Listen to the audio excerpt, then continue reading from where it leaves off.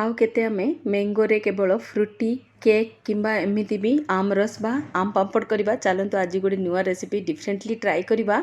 बहुत ही fancy recipe आजिकल तो पिला माने कहते मैंगो चीज केक बहुत ही सहज बहुत ही इजी। आप बेकरी किंबा रेस्टोरेंट खाइबा जिबे ताले बहुत ही रेट नियंती घरे किंतु बहुत ही इजीली हो जाए। तो चलतु स्टार्ट करवा।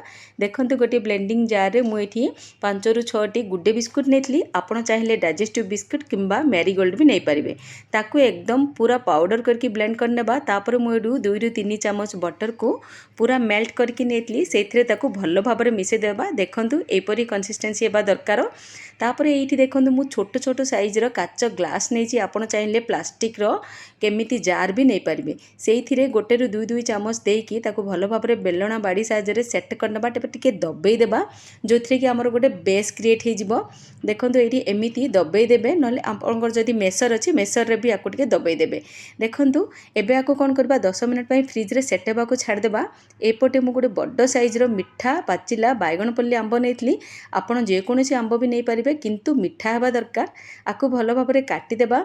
काटिकी यार पल्प गुड़ा को बाहर करदेबा। बिल्कुल भी चोपा नेबेनी आराम रे टिके पल्प गुड़ा को काटदेबे। बेसिकली आम ये क्रीम चीज तैयार करछे बा मैंगो चीज तैयार करछे कारण कौन से भी चीज केक रो हीरो इंग्रेडिएंट होची चीज स्प्रेड।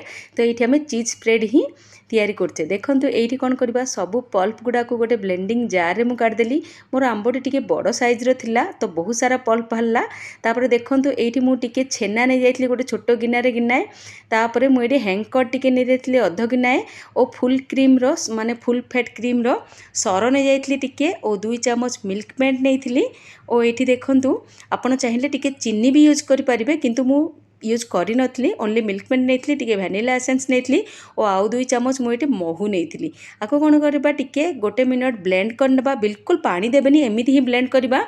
लास्ट रे गोटे गिना मु एठी फुल क्रीम देइथिली अमूल रो क्रीम देइथिली। आपण जदि आगुरु क्रीम देकी आको ब्लेंड करनेबे ताहाले क्रीम टिके जदिक ब्लेंड हेले टिके पतला हो जाए। सेथिबे मु लास्ट रे गोटे सेकेंड ही ब्लेंड करथली।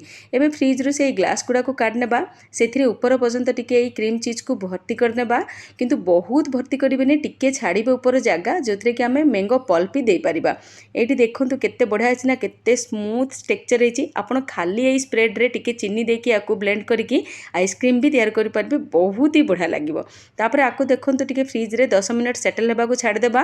एठी देखंतु मु एठी गोटे जार रे नेथली मैंगो पल्प आ टिके केसर देथली जोदरे कि आरो कलर और फ्लेवर बहुत बढ़िया आसीबो। तापरे जार गुडा को काढिबा काढिके एठी जो पल्प आमे नेइथिले ताको ऊपर रखि देबा। आपण चाहिले एथिरे किछि फ्लेवर भी दे परिबा टी कलर भी दे परिबे। मते किंतु कलर भल लागेनी सेथि मु एमिति करथली। कलर देले किंतु बहुत बढ़िया सुंदर देखा जिवो किंतु मते कलर भल लागेनी सेथि मु नॉर्मल नेइथिली। तापरे एठी फॉइल पेपर रे टिके सिक्योर कर देबा आको कारण आको आपण ओवरनाइट फ्रीज कर परिबे नहले 7 ରୁ 8 घंटा निश्चय डी फ्रीज रे रखिबे। आको सेट हेबाकू एतिकी टाइम तो निश्चय लगे। देखंतु एठी गोटे पर गोटे नै कि मु डी फ्रीज रे ओवरनाइट सेट हेबाकू दे देथिली। तापरे सेट होला परे काढिके आपण 2 मिनिट बाहर रखिबे। देखंतु केते बढ़िया केते सुंदर हे जाईची। आपण आको कोनोसी भी बर्थडे पार्टी बा कोनोसी भी गेट टुगेदर आपण करि परिबे। पिल्ला माने तो आर फैन हे जानती बहुत ही बढ़िया लागे बहुत ही पसंद आ घरे जेहेतु करचंती ताले आपण जानिचंती केते हेल्दी ये। तो आपण थरे आकु निश्चय ट्राई करंतु। आशा करूची आपण को ए क्रीमी रेसिपीटी बहुत भल लागिथिबो। जदि भल लागुची लाइक गोटे निश्चय करिवे सांग मानक मध्य रे शेयर भी निश्चय करिवे। फेसबुक इंस्टा रे देखुतले फॉलो करिवे और जदि यूट्यूब रे देखुचंती सब्सक्राइब निश्चय करिवे। देखंतु केते बढ़िया आइछि ना। तो रहुची पुणी भेटिबे एक नुआ सुंदर मजेदार रेसिपी सांगरे।